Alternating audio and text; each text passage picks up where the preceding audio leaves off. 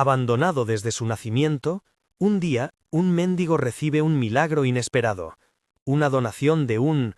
La frase quedaba suspendida en la piel de la ciudad, como si el aire hubiera aprendido a callar a su paso. Elías la recitaba a veces en voz baja, más para medir la distancia entre aquel niño que nadie reclamó y el hombre que ahora vivía de las migajas que le ofrecían fuera del mercado.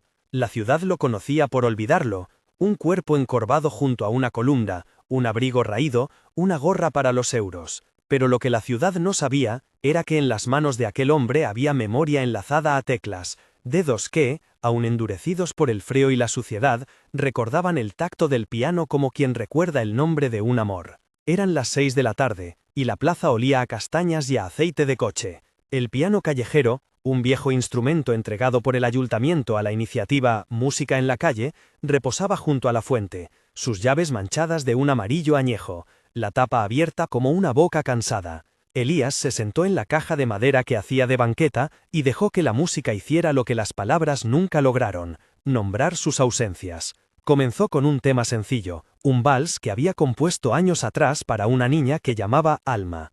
No tocaba para nadie, tocaba para el hueco que tenía por corazón. Los transeúntes pasaban con la prisa habitual. Una mujer con un abrigo rojo, un joven con auriculares que marcaba el ritmo con la cabeza, dos turistas que miraron por curiosidad y siguieron. Nadie miraba demasiado. La indiferencia es un velo que pesa más que la lluvia en la espalda. A veces, entre los peatones indiferentes, aparecían otros presencias, los que se apostaban a observar como quien mira una obra de arte en un museo al que no puede entrar, los niños que se pegaban a las esquinas de los bancos y escuchaban como si descubrieran un cuento. Hoy había una mirada nueva, contenida detrás de lentes y una bufanda de seda. Era la de Sofía Rivas, crítica musical de una revista que solía escribir con la exactitud de quien corta hojas con tijeras finas. La reconoció porque la había leído una vez, cuando hablaba de artistas emergentes, de rostros atrapados entre sombras. La reconoció y con ello, algo en la vida pública comenzó a inclinarse hacia lo privado, como si un péndulo hubiera notado la presencia de un nuevo imán. «Tiene manos antiguas», dijo ella su acompañante sin perder la continuidad de la respiración. Por un momento pensé que era alguien que estudiaba partituras en un sótano. La pieza que tocaba Elías se hizo más íntima. Las notas parecían encajar en un rompecabezas que nadie recordaba haber empezado. Había en su ejecución un silencio previo, un compás donde la ciudad aprendía a contener sus ruegos. Y en ese silencio se coló la memoria.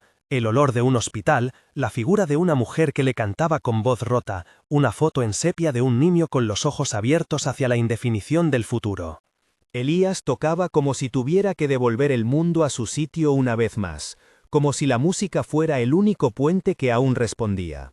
No fue más que un instante, apenas un cruce de miradas y luego la modernidad volvió a su ritmo. Coches, conversaciones, un niño que se perdió entre las piernas de su madre. Sin embargo, una grabación se estaba gestando en la palma de un teléfono, un plano descuidado desde el bolsillo de alguien que no sabía aún que lo que filmaba se volvería archivo. La grabación sería más tarde una chispa en redes, por ahora era solo luz que rebotaba en una pantalla diminuta. Elías terminó la pieza y dejó que las manos reposaran en los costados, como quien permite que las heridas se enfríen. No pidió nada. A su lado, una mujer dejó unas monedas, dos deliciosas, que para él eran más que dinero, un gesto comprobado de que la ciudad tenía lugares donde la bondad germinaba sin interés. Apenas recogió las monedas cuando una voz, clara y sin sombra de ironía, dijo: ¿Aceptaría presentarse en un evento esta noche? Tenemos una velada benéfica en la Casa Sanz. Sería... La voz hizo una pausa que supo a cálculo. Interesante que interpretara algo ante los asistentes. La voz pertenecía a Leonardo, organizador de eventos y esa clase de personas que mueven espacios como quien acomoda piezas de un tablero.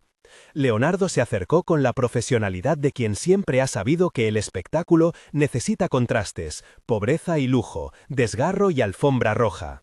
Miró a Elías con la misma mirada con que se mira un objeto que puede adquirir valor si se coloca en el escaparate correcto. Elías miró a Leonardo con la lentitud de quien ya no cree del todo en las buenas noticias. «No voy a molestar», respondió con voz rugosa. «No tengo traje». «No hace falta traje», sonrió Leonardo, «solo su música». Era una invitación que olía a trampa y a oportunidad a la vez. Fue aceptada sin grandilocuencias, como se aceptan las olas cuando no queda otra. El agua ya está dentro del zapato, la noche ya viene. Elías se limitó a recoger sus pocas pertenencias, una bufanda, una partitura doblada, una fotografía arrugada en la que aparecía una mujer con lunares y el pelo recogido sonriendo a un niño que sostenía una pelota. En esa foto estaba la prueba de una vida que había existido, antes de que la tragedia lo transformara en sombra. La gala de la casa Sanz no era una gala cualquiera. Los Sanz habían construido su fortuna en fábricas, en concesionarias, en programas inmobiliarios que habían convertido franjas de ciudad en cristal y mármol. Valeria Sanz, la heredera más joven de la familia, se distinguía por su composición de hierro y seda, mirada fría, decisiones que no dejaban lugar a remordimientos. Era conocida por sus donaciones, por su fundación que elevaba su apellido y por su aversión a la espontaneidad. La casa Sanz brillaba esa noche con candelabros, con flautas de champán, con mesas forradas en blanco. Había discursos preparados, placas para cortar y cámaras que susurraban entre las columnas. Leonardo consiguió que llevaran a Elías en un coche prestado, con las manos algo temblorosas por el viaje. La puerta del gran salón se abrió y el ruido de la plaza quedó atrás como si hubiera sido otra vida. El contraste fue inmediato. En la calle, el frío y la indiferencia. Dentro, un calor de piel y poder. Entrar fue como cruzar una línea, y Elías notó la humedad en su abrigo como un sello. Lo ubicaron en un rincón con poca luz y un mantel que no era suyo. Algunos comensales lanzaron miradas de curiosidad, otros de desprecio fino. Hubo quien fotografió con discreción, como quien acumula objetos para exhibirlos en redes. Él no habló, se limitó a observar. Sentía en el cuero de sus manos la textura de las llaves y la memoria le devolvía, por un instante, un salón parecido en otra ciudad, otra vida, con una mesa de madera donde su hija había manchado un plato con puré. Esa memoria le atravesó el pecho como si fuera un vidrio roto. La invitación de Leonardo tenía una finalidad doble: mostrar la humanidad de la noche y, si la música era buena, convertirla en un acto de redención para los invitados. A los ojos de muchos, la aparición de un mendigo tocando en su velada solo servía para limpiar la conciencia con un gesto estético. Para Elías, sin embargo, la valentía residía en mantener la dignidad. Cuando se le pidió que tocara, lo hicieron pasar a un pequeño escenario lateral. Había un piano de cola dispuesto en medio del salón sobre una alfombra que parecía absorber las pisadas. El instrumento brillaba como un animal doméstico en espera de caricias. Elías se acercó con la lentitud de quien reencuentra un paisaje olvidado. Sus dedos tocaron el primer acorde sin más ceremonias y al instante el lugar cambió su aire. No fue que la música convirtiera en lágrimas los ojos de todos los presentes, aunque algunos lo hicieron. Fue que la música abrió una grieta. El tema que eligió fue una melodía suave que no parecía buscar aplausos sino recordatorios. Un arrullo que hablaba de noches en vela, de una mano en la frente de un niño, de voces que ya no volvieron. En algún punto de la pieza, la sala dejó de ser sala y se transformó en memoria colectiva. Muchos contenían la respiración, otros simplemente escucharon con el cuerpo. Valeria Sanz, sentada en una mesa central, se puso rígida. Nadie la obligaba a sentir, era miembro de esa especie humana que aprendió a no dejarse atravesar por el barro emocional. Sin embargo, la música se coló por una grieta que ni las más trabajadas armaduras podían cerrar. Sus manos se cerraron en torno a la copa sin que su mente le pidiera permiso. Un recuerdo, pequeño y punzante, se desató. Una figura infantil en una fotografía que su madre guardó durante años en un álbum que Valeria pocas veces abrió. Algo en la cadencia de Elías tocó una cuerda que ella creyó tal vez inofensiva. El vídeo que alguien había grabado en la plaza ya daba vueltas en redes. Algún anfitrión más audaz que los demás decidió que aquello era oportunidad. Subieron la actuación a una pantalla lateral, la imagen se hizo más nítida y la historia comenzó su lento proceso de proliferación. Las reacciones no tardaron. Se mezclaron elogios con burlas. Los comentarios corrieron de un extremo a otro como aves que no distinguen fronteras. Al terminar, la sala estalló en un aplauso contenido, elegantemente flojo. Leonardo, esperanzado, sonrió con la satisfacción de quien consiguió su objetivo. Pero en medio de la ovación, un teléfono sonó. Alguien mostró la pantalla y la primera ola de me gusta apareció como un leve oleaje.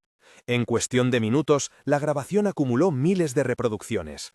En la era de la visibilidad, la empatía puede convertirse en espectáculo y la fama en condena. Esa misma noche, la noticia se transformó en titular. El músico de la calle emociona a la alta sociedad. Entre la crítica y la frivolidad, Sofía escribió una nota que no buscaba el efecto fácil. Ella habló de las manos, del fraseo, de la honestidad del silencio. Su crítica circularía, más tarde, con la fuerza de quien lanza una piedra a un estanque tranquilo.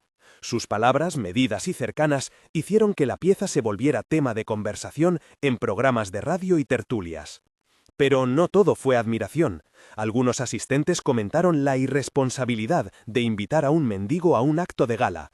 Otros, con menos recato, escribieron en sus columnas que la ciudad necesitaba orden, no sentimentalismo. La división es el pan de cada día cuando el público empieza a opinar desde sus tribunas.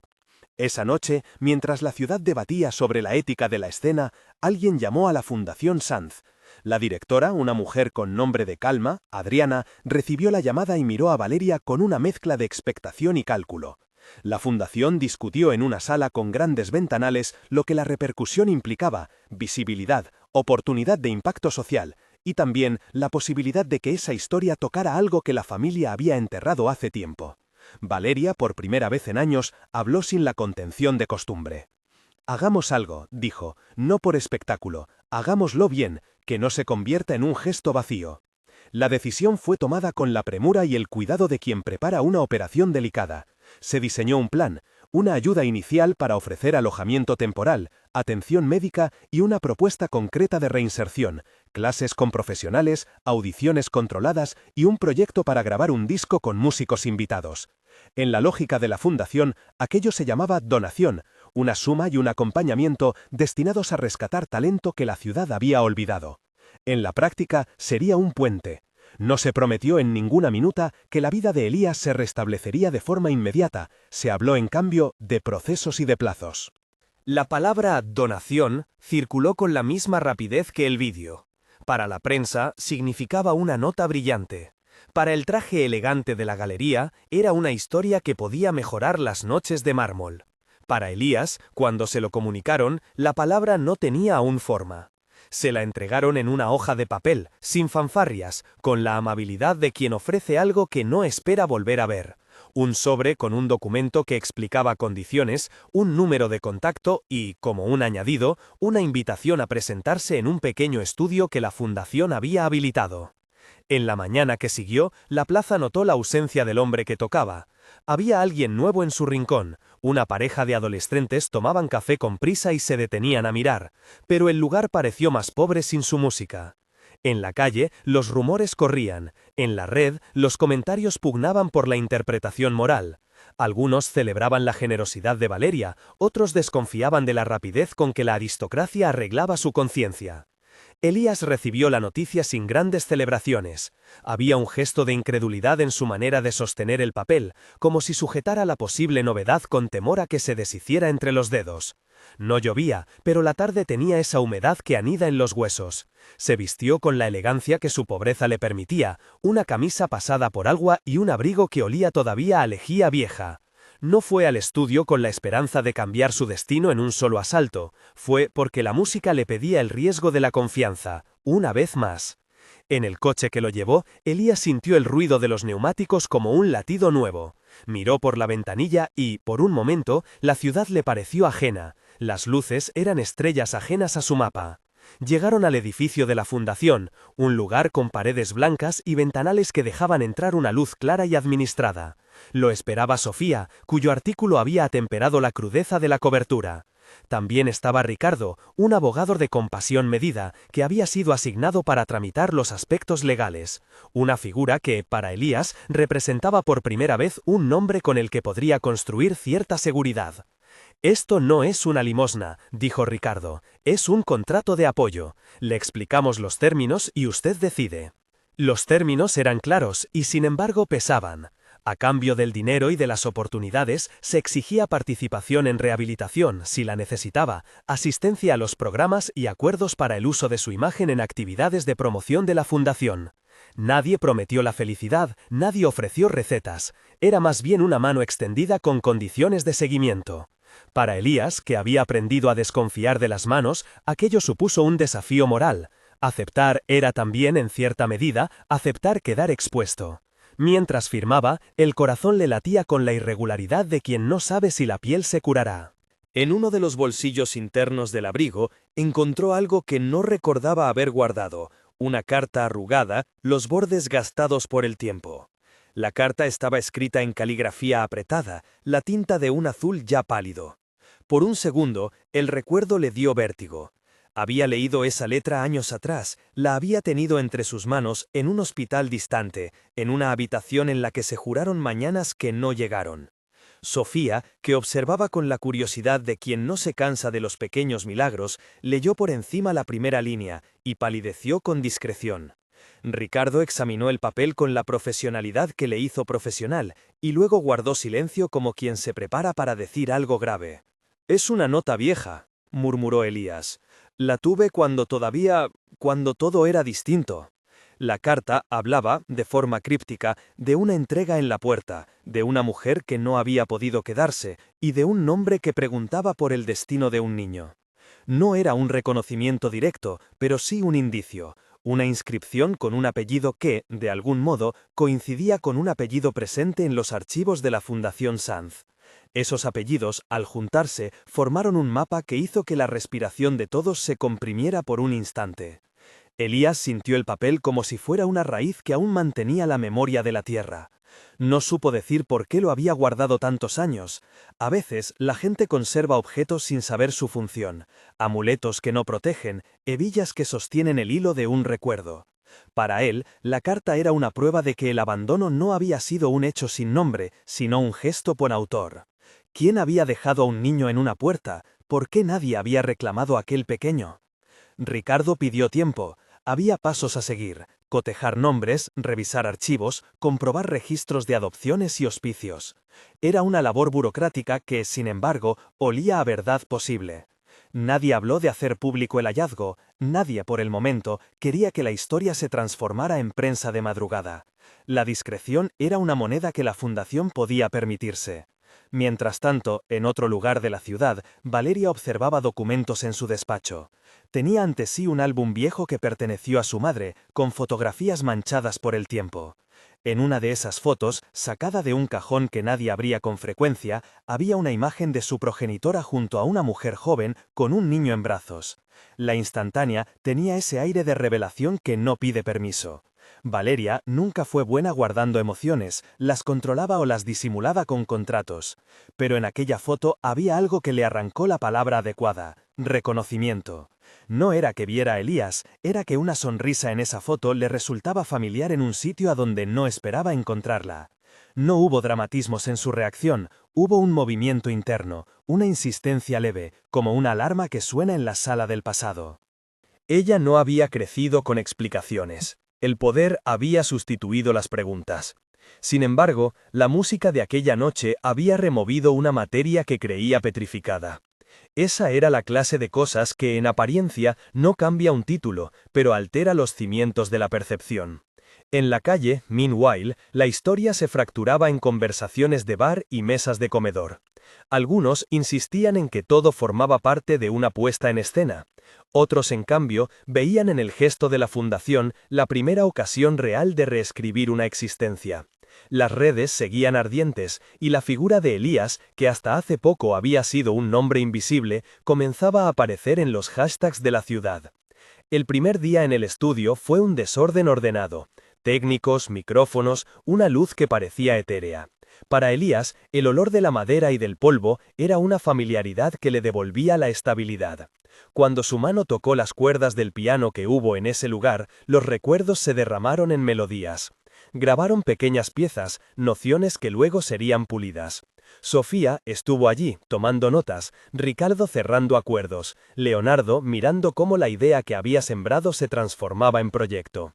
Nadie prometió milagros, solo trataban de convertir en trabajo lo que antes había sido supervivencia.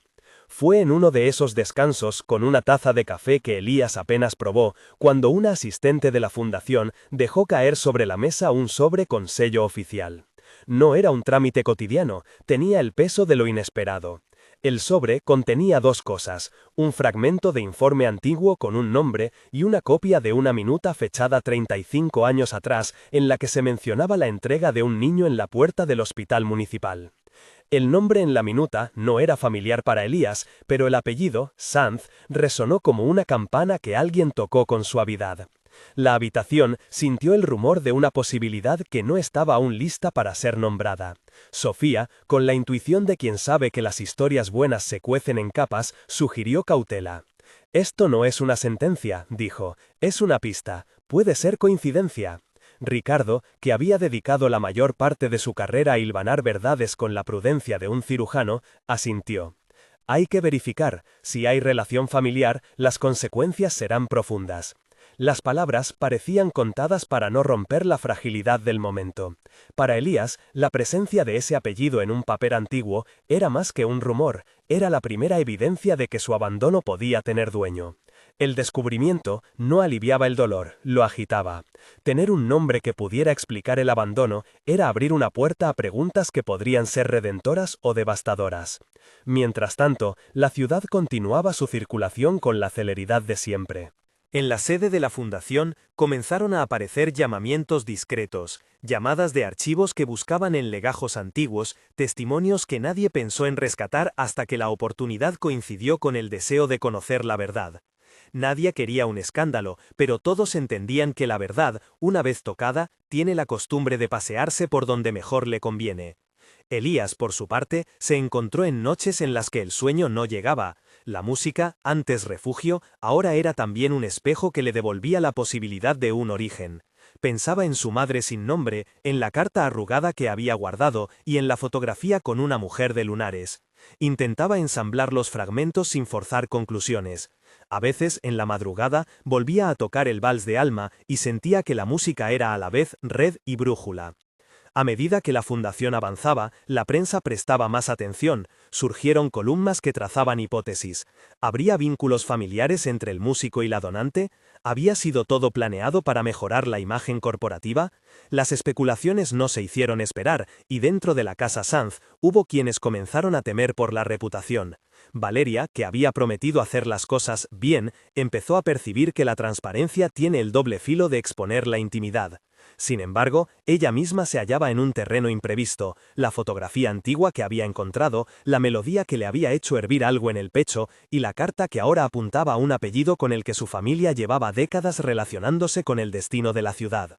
La tensión crecía, no por el dinero ofrecido, que al fin y al cabo era la mera formalidad administrativa de un gesto, sino por lo que ese dinero podía destapar. En la mesa de reuniones se habló de prudencia, verificar archivos, hablar con personas que pudieran arrojar luz y, sobre todo, proteger la dignidad de Elías, quien no era un proyecto sino un ser humano. Valeria insistió en que si había algún indicio de la implicación de su familia, su responsabilidad no sería la de esconder, sino la de esclarecer. La decisión de iniciar una investigación discreta fue tomada como quien prende una lámpara en una estancia grande y polvorienta. Ricardo, con su carpeta de papeles, se comprometió a rastrear registros de adopciones y actas de hospital. Leonardo se encargó de la logística para que la historia no se filtrara sin control. Sofía, por su parte, se ofreció a documentar con sensibilidad, sabiendo que la línea entre la exposición útil y la explotación del dolor es demasiado frágil. En la calle, la voz de Elías comenzó a sonar distinta, ya no era únicamente la del hombre que tocaba por necesidad, empezaba a ser la del que puede contar una vida, y eso atrae a quien busca historias que incomoden. Aún así, había recelo entre la gente humilde, recibir ayuda del lado del poder no es gesto inocuo. Muchos le ofrecieron consejos, otros llamaron burlas, algunos le mostraron verdadera alegría. Entre esos rostros apareció el de una mujer mayor, Rosa, que vendía pañuelos en una esquina, y que, con la misma naturalidad con la que se regala pan en un barrio, le dijo: «No te olvides de quién eres, chico. La música te pertenece a ti, no a los bolsillos que ahora se asustan con ella». Elías guardó esa frase como lo que era, Un recordatorio de que la dignidad no se compra, se respeta. La mañana en que el primer informe legal regresó a la fundación, nadie se atrevía a respirar con normalidad. Las manos que llevaron el sobresalto temblaron un poco. Ricardo abrió el archivo y leyó en voz baja. Había coincidencias en los apellidos.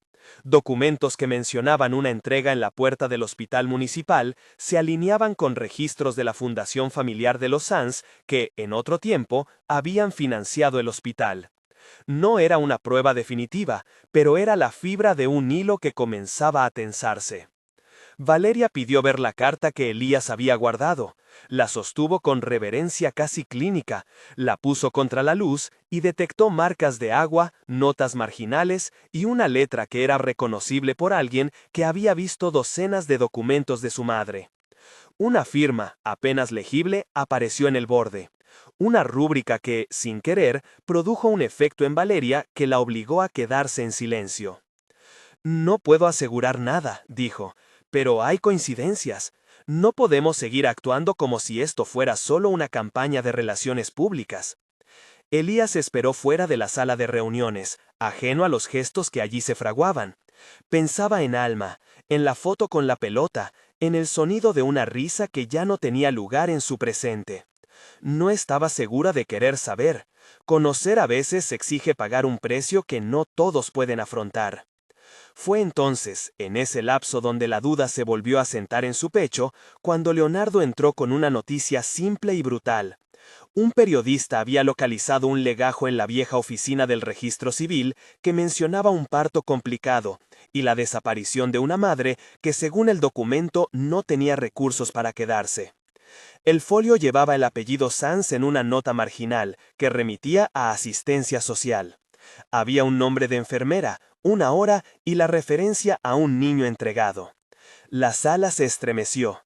No por la sorpresa ya había sido cosechada en la carta, sino por la certeza de que los hechos, que hasta hace poco eran polvo en un archivador, ahora estaban llamando a la puerta. ¿Qué haría la fundación? ¿Qué haría Valeria?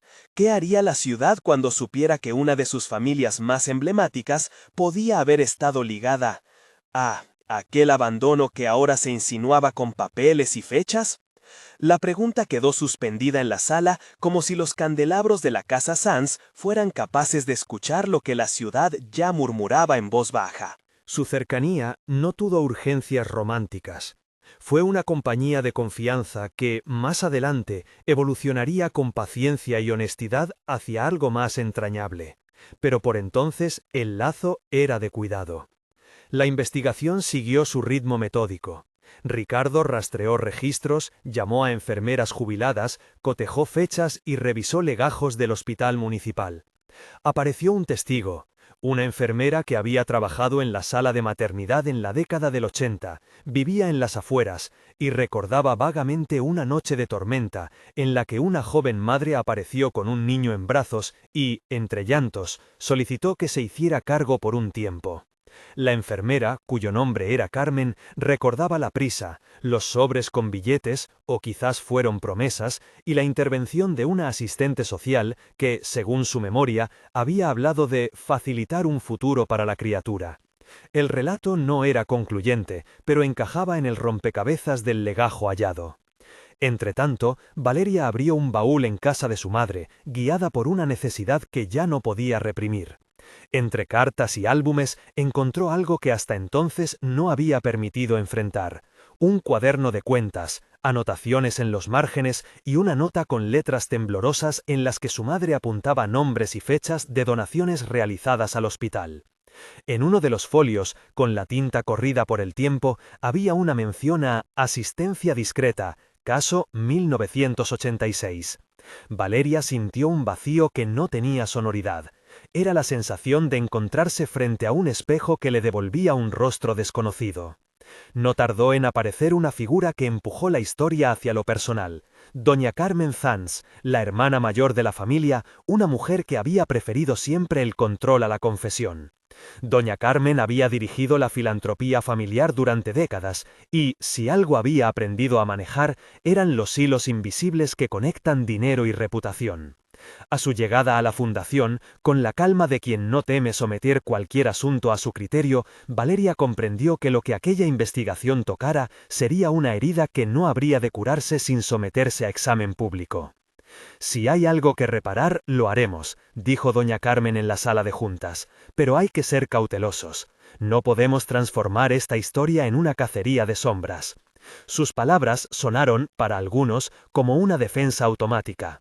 Para otros, solo encubrían la delgada línea que separa el cuidado legítimo de la protección interesada.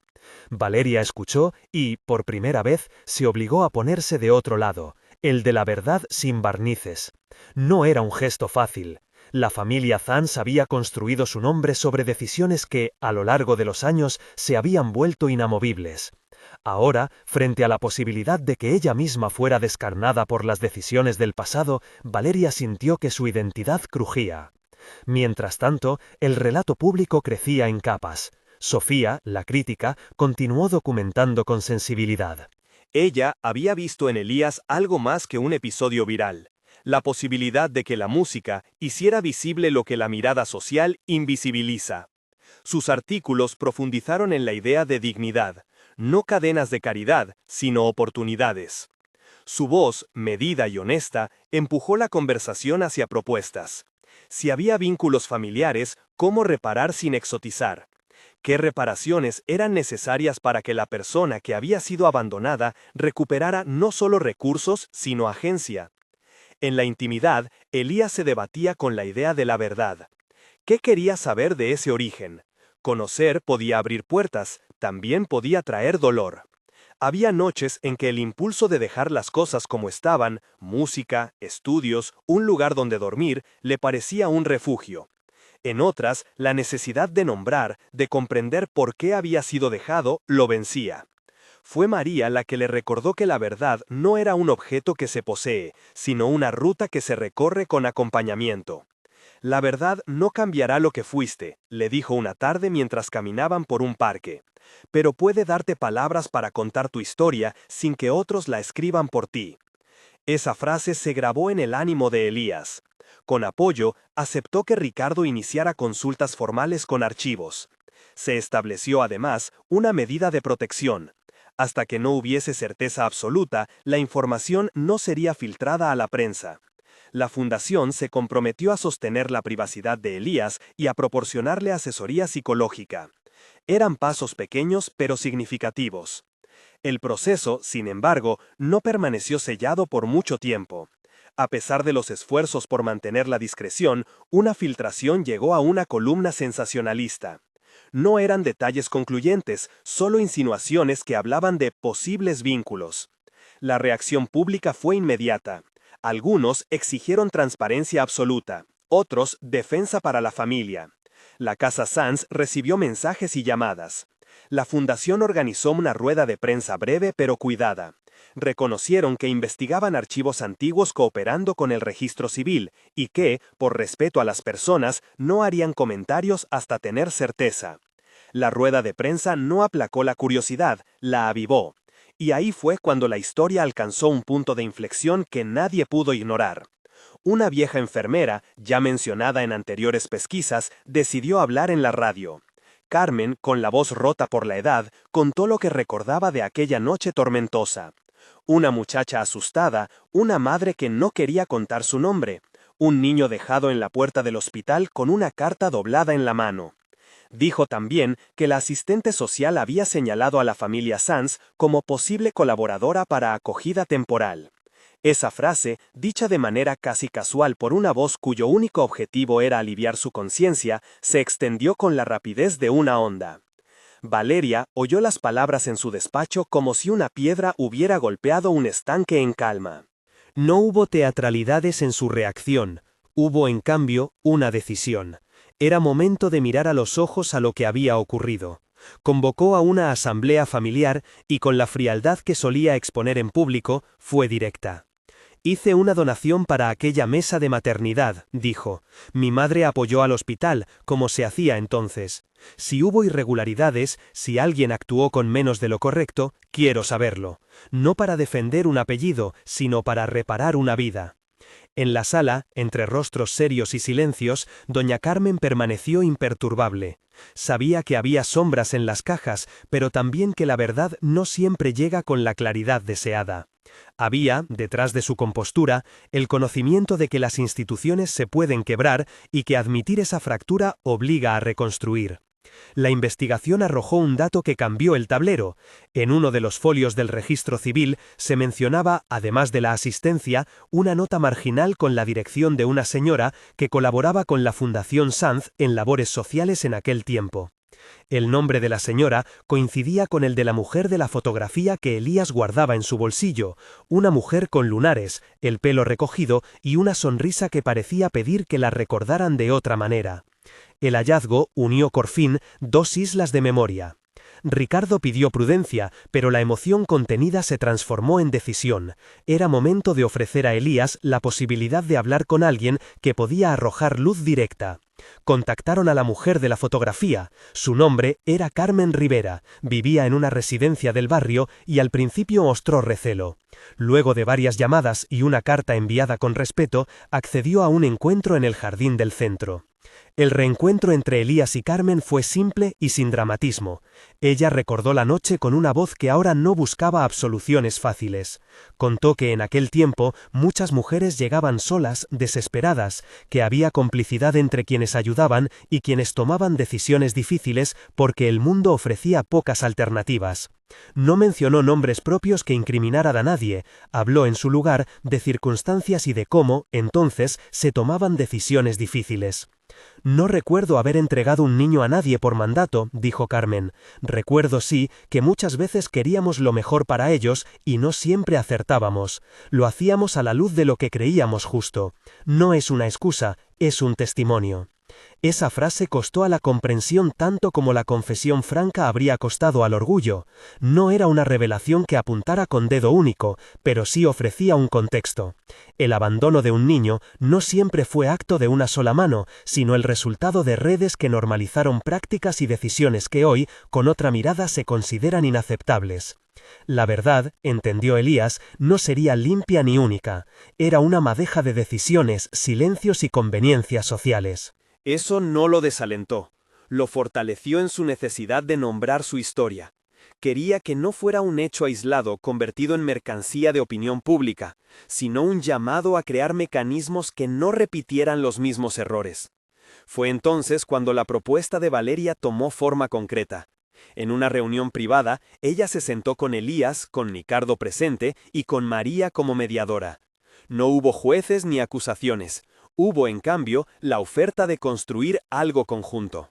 No puedo cambiar el pasado, dijo Valeria con la voz baja, pero puedo trabajar para que esto no vuelva a suceder a otros.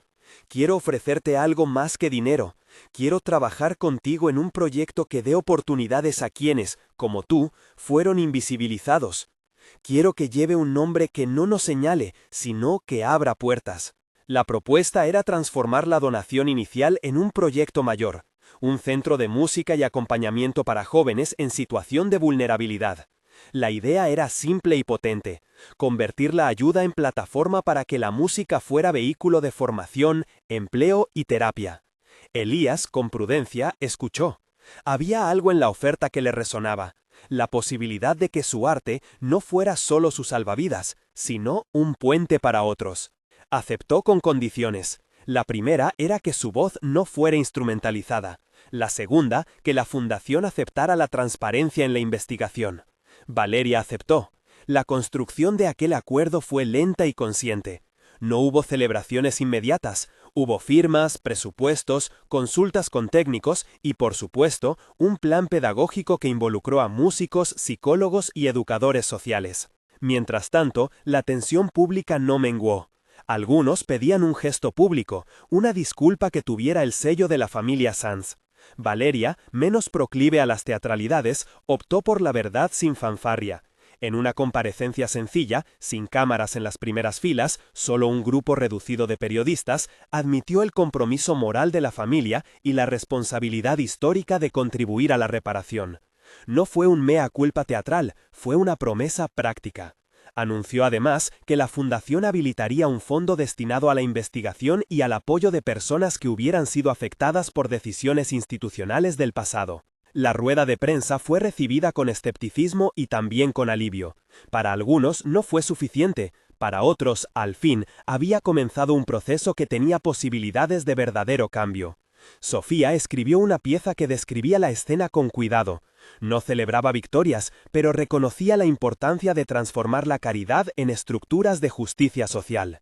Con el proyecto en marcha, la historia entró en otra fase, la del trabajo cotidiano. El centro, bautizado por consenso como Casa de las Manos, abrió sus puertas en un antiguo almacén reconvertido. Las paredes conservaban marcas de uso y por esa razón parecían contar historias propias. El equipo estaba compuesto por profesionales de distintos ámbitos y por jóvenes que habían encontrado allí una posibilidad de aprender un oficio. Elías fue invitado a formar parte del equipo docente, no solo como intérprete, sino como mentor. Enseñó piano, sí, pero también la manera de contar una historia con las manos, la importancia de la disciplina y, sobre todo, la dignidad del hacer. Las clases, al principio modestas, pronto se convirtieron en un motor de vida. Jóvenes que nunca habían imaginado estar frente a un piano aprendían a sostener una partitura. Otros, con temores y silencios, descubrieron en la música un lenguaje para nombrar lo que les pesaba. María coordinó actividades de acompañamiento, y Rosa, la vendedora de pañuelos que siempre había acompañado a Elías desde la plaza, se incorporó como voluntaria en las actividades comunitarias. La red que se tejía era amplia y no complaciente, exigía trabajo, sí, pero también devolvía sentido. Mientras la fundación administraba los recursos, emergió un episodio que marcaría el cierre simbólico de la historia, la decisión de realizar un concierto público en la Casa Sanz. No sería una gala ostentosa, sería un acto abierto al barrio y a quienes quisieran asistir. La idea, consensuada entre Elías y Valeria, fue crear un espacio donde la música fuera puente y la verdad, si surgía, fuese acompañada por el compromiso de transformar. El concierto se proyectó como punto de encuentro entre la memoria y el futuro. Los preparativos no fueron sencillos. Había quienes criticaban la idea, temían que se tratara de una maniobra de imagen, otros la defendían, era necesario que la comunidad presenciara que algo distinto podían hacer de la fragilidad. El equipo organizador decidió que el programa tendría 3 partes. El primero estaría a cargo de los estudiantes del centro, el segundo, de Elías, con un repertorio propio que hilara su historia. El tercero, un diálogo entre actores de la fundación y representantes de colectivos sociales, donde se explicaran los nuevos programas de apoyo. El día del concierto, la sala de la Casa Sanz no brilló con lujos, sino con gente de todas las edades. Había familias, vecinos del barrio, empleados de la fundación, periodistas y también algunos de los críticos que habían cuestionado el proceso. En la tercera fila, Valeria observaba con atención, consciente de que aquel acto no borraría el pasado, pero que podía inscribir un comienzo diferente. Elías subió al escenario con la serenidad de quien ha aprendido a domar el vértigo, sentó sus manos en el piano y por un momento cerró los ojos. Comenzó con la melodía que había tocado en la plaza, el vals que contenía el recuerdo de Alma. La sala se transformó en un espacio sin jerarquías, las notas no preguntaban por apellidos, hablaban de faltas y de ternuras. En un pasaje, la música se tornó más firme, como quien convoca palabras que la voz no encuentra. Cuando cesó la pieza, no hubo un aplauso inmediato, hubo un silencio cargado de respeto. Fue entonces cuando Elías tomó un micrófono y con la voz levemente temblorosa dijo algo que nadie esperaba. No denunció con acritud, no habló para escarmentar, expresó la experiencia de la invisibilidad, la importancia de la música como mapa y la decisión de proyectar el proyecto comunitario. Luego, con el permiso de quienes estaban presentes, pidió que se leyera una carta que había conservado durante años, la que había encontrado en su abrigo aquella mañana. La carta fue leída en voz alta por Sofía, cuya entonación equilibró la emoción con la distancia profesional. Entre las líneas, la nota decía poco y mucho. Una mujer que, con voz temblorosa, dejó el niño en manos de una institución y pidió que alguien cuidara de su vida. No había nombres rotundos, había el rastro de una despedida y una súplica. La carta, por su carácter íntimo, no constituía una prueba legal, pero su presencia en el acto público funcionó como un espejo. Reveló la fragilidad humana que había estado en la raíz del abandono. La lectura no buscó señalar, buscó comprender. Y en ese gesto se abrió la posibilidad para algo distinto. El reconocimiento público de que las instituciones pueden fallar, y que la reparación no consiste solo en gestos filantrópicos, sino en cambios concretos de políticas. Valeria, conmovida, se levantó y pidió la palabra. No fue un discurso calculado, fue una confesión abierta. Habló del legado familiar, de errores ocultos tras buenas intenciones, y de la responsabilidad de la Fundación para corregir rutas.